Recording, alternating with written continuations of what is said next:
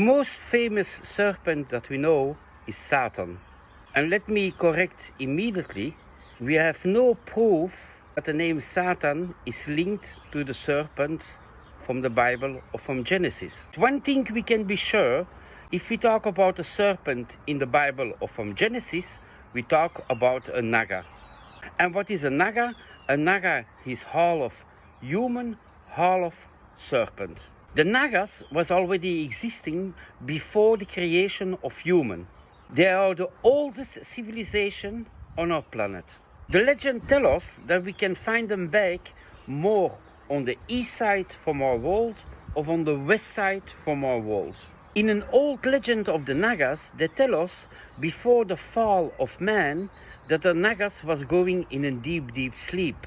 And why in a deep sleep? Because they want to conserve their civilization for the future. And they was going in the underworld, and they was become the master of the 7 underworlds under Midgard. So you have Midgard and you have 7 worlds from the Nagas under Midgard. The 7 underworlds from the Nagas are the symbols from the hell. Like Dante explains us, the different levels from the hell is the different civilizations of our the different empires of our the different cities from the Nagas. The Nagas are the rulers over the underworld. So the Naga is most of the time symbolized by half human, half serpent. That means the torso is human and the tail is like a serpent. They have most of the time on their torso also more like a reptilian skin. This skin can be most of the time green or a little bit brown even. The tails from the Nagas can go between the 3 meter and the 6 meter. And when the Nagas stay on their tails, they can reach to 2 meter 20 in height. The movement of the Nagas was the same as the humans. The Nagas have the smells like a real serpent. Even horses can smell them from more than 10-20 meters distance. A horse can smell very good the Naga. And most of the time it was a horse in the past that warning the human that there was a Naga in the region. A man serpent was named most of the time the Naga, and the woman was named Nagi or Nagini. And already more than 4,000 years in Buddhism, Jainism and Hinduism, we talk about the Naga civilization.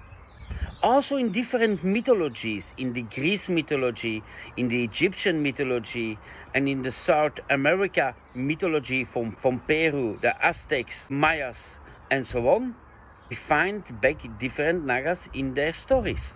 And they tell us that the Nagas lived in Nagaloka. And Nagaloka, what mean Nagaloka? Nagaloka mean the world between the half gods and the humans. There was in this middle world between humans and the gods. There is a lot of mistakes in the past done by researchers.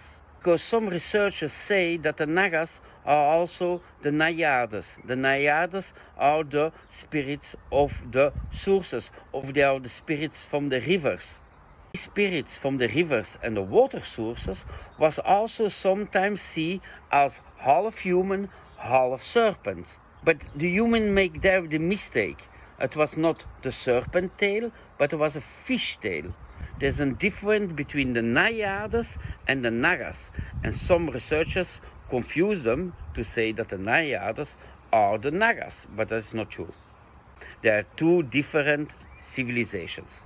In Hinduism, they go a little bit more in detail. They say that there are 2 sorts of Nagas, the Naga Loka and the Patala Loka. In a lot of mythologies, we see that the god Vishnu is protected by the Nagas, because most of the time the symbols of Vishnu, you see Vishnu and you see after him the 9 serpents that protect him. Also with the god Ganesh, we will find back also the Nagas that protect him. Shiva, the same. Shiva is also protected by the Nagas. So we will come quick on the conclusion that in Hinduism, Buddhism, Jainism, we will find back the serpents of the Nagas as the protectors from the gods. If I talk about the gods, I talk here in this context about the Hall of Gods. We have 4 races from the Nagas. The primitive Draconiers, the spiritual Draconiers, the Hall of Divine Nagas, and the Divine Nagas. In the Nagas, we find 2 bloodlines, from Surasa and Panagasa, and we have the second bloodline from Kadru. Over these 2 bloodlines, there was one ruler, Kuatol, and Kuatol was the ruler of the 2 bloodlines from the Nagas on our planet. I think that we can see Kuatol like the serpent from the Bible of Genesis. The Naga Kuatol, you have 2 other rulers. Kuamar was a commander from the army from the Nagas. Dashmar was the diplomat of the Nagas. So in this bloodline, we have 2 mothers. The first one is Kashaipa. Kashaipa is the classical mother from the classical Nagas. And Kadru is the mother from the Uragas, because we can name them also the 2 bloodlines, the Uragas of the Nagas. So now, in these bloodlines, it's very important that we find Lilith back. Lilith, the old demon of the first wife from Adam. And it is the mother Kadru that brings the first 1,000 serpents on our planet. Now, in these 2 bloodlines, there are 2 mothers, but 1 father. His name is Kashyapa, and Kashyapa was the father of the Nagas. And if you take the definition from Kashyapa, it means turtle. And why turtle? Because it's back again a reference on his bloodline from the reptilians. One of my videos I've told you also the different subrasas of the reptilians. There's one subras that is the turtles, and from this turtle bloodline come the father from the Nagas. Now the legend says that Kashyapa was coming to our planet and have made the first children with his 2 women. The egg from a Naga needs 500 years before he can come to our world, and the egg from a Draconier 3,000 years, like we have already seen in another movie that I have made. From these 1,000 Naga eggs, there are 3 important Nagas: Shesha, Vasuki, and Takashaka. And that's mean one with 1 face, a second one 2 faces, and the third one with 4 faces. So that means also, if you go to look in old Buddhism and Hinduism scripts, you find the gods back with serpents around them, sometimes with 1 face, with 2 faces, or with 4 faces.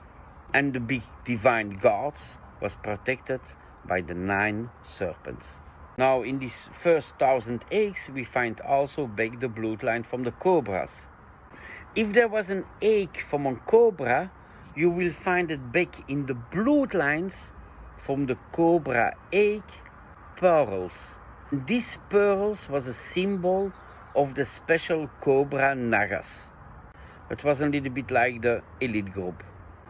And also in the legend of the Nagas, we find back the first war of the Nagas on our planet. So the Nagas was doing their first war. And the first war what they have done was more a war between themselves. Want to destroy it more the weaker Nagas in their civilization. And even this war have also the name the Bloodland Wars. And if we talk about the Bloodland Wars, we talk about a war from the Nagas. The Naga Cobras have started the first war between all the Naga civilization. And why they have started the first war from the Nagas? Because they want to destroy all the weaker Nagas in their civilization. So the Cobra Nagas make it the green Naga snakes to their slaves. The chameleon Nagas have escaped to the sea before that the Cobras can take over their bloodline. So the leader from the Nagas, Shah Ismail, was killed by the commander from the Cobras, Shahadet. And Shahadet was the commander of the Cobras. And after this war, Cuatl, the serpent, what we see back with the Mayas, Aztecs, and in the Mexican traditions, make a pact with the first Cobra leader. And the two leaders find not better the idea to try to open the gate from the Akasha records. And why they want to open the gates from the Akasha record? To take all the wisdom to them. Also there we find back again a link to another story. We find back in these old scripts from Buddhism that the first Jin war was also in this period. We find back the commander from the Jinns, and his name is Khalil, and Khalil made the first war to the sun and to the moon. Tot on the moment that they say that the sun have enough of the war and burn all the civilization from the Nagas and the Cobras on our planet. And there was coming a fire over our planet that all the Nagas was necessary to go to the underworld. And it was one of the most crucial moments that maybe the Nagas was destroyed forever.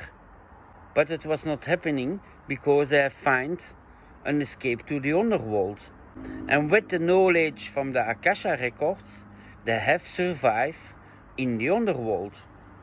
And the story goes so much crazier that we find in these old chronics from the Nagas also about the Akasha world, the inner world in our planet, of the holy earth from our planet. There is another continent, Akasha. And there the Ashalan, and the Ashalan are the civilization of Asgartha world, take in protection the last Nagas what want to escape from the big fire. And they have welcomed the first Nagas in their world. So the first Nagas what was coming in Asgartha, they was a little bit confused about all this situation with the sun and with the fire on their planet. And they was accusing on that moment the inhabitants from Asgartha to be responsible for this big fire. There's a lot of confusing discussions and a little bit revelation from the Nagas in Asgartha about a planet that was destroyed, and destroyed by fire.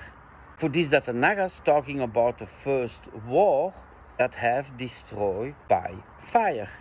And even on so big point that the civilization from the Nagas was nearly total destroyed. And because the inhabitants from Asgartha, they have survived this war.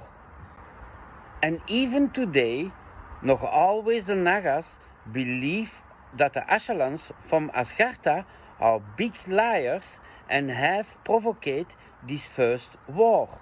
But it's not true, because we know it's one of the jinns that have attacked the sun, that the sun have destroyed the jinns of the Nagas on our planet. Because we must be specific, the jinns are not the Nagas and the Nagas are not the jinns. They are two different civilizations. Going so far that we have even nearly the destroying of Asgartha. Was so on a point to nearly to destruct Asgartha that the god sun was come between the two rebellions and have made an end on this war. So the sun god come between the two wars. So the sun god decide on that moment to divide the two walls between the Naga world and the Asgartha world. And the Asgartha people cannot go to the Nagas and the Nagas cannot go to Asgartha anymore. And there will be a definitive line between these two civilizations. And the Nagas living above the world from Asgartha. So you have Midgard, you have the world from the dwarves or from the trolls, you have after the 7 Naga walls, like we say, and after we have Asgartha. The spell that the sun god do on the two races, on the Asgartha race and on the Naga race, if one of their people will not respect the rules from the sun gods, their civilization will be destroyed.